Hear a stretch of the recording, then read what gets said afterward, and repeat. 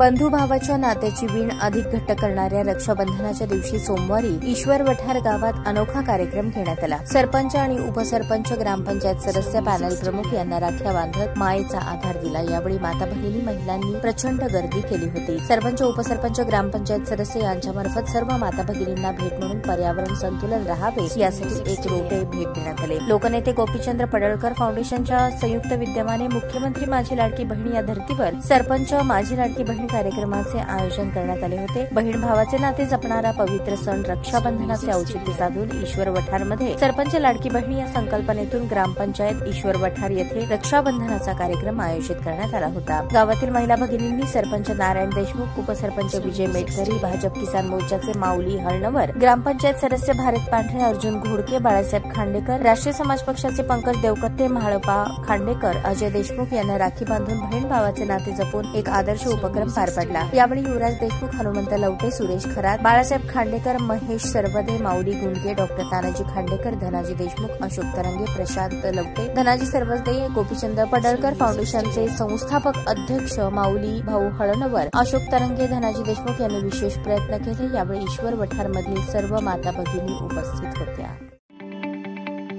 ताज्या बातम्या पाहण्यासाठी प्राईम महाराष्ट्र न्यूज चॅनलला सबस्क्राईब करा।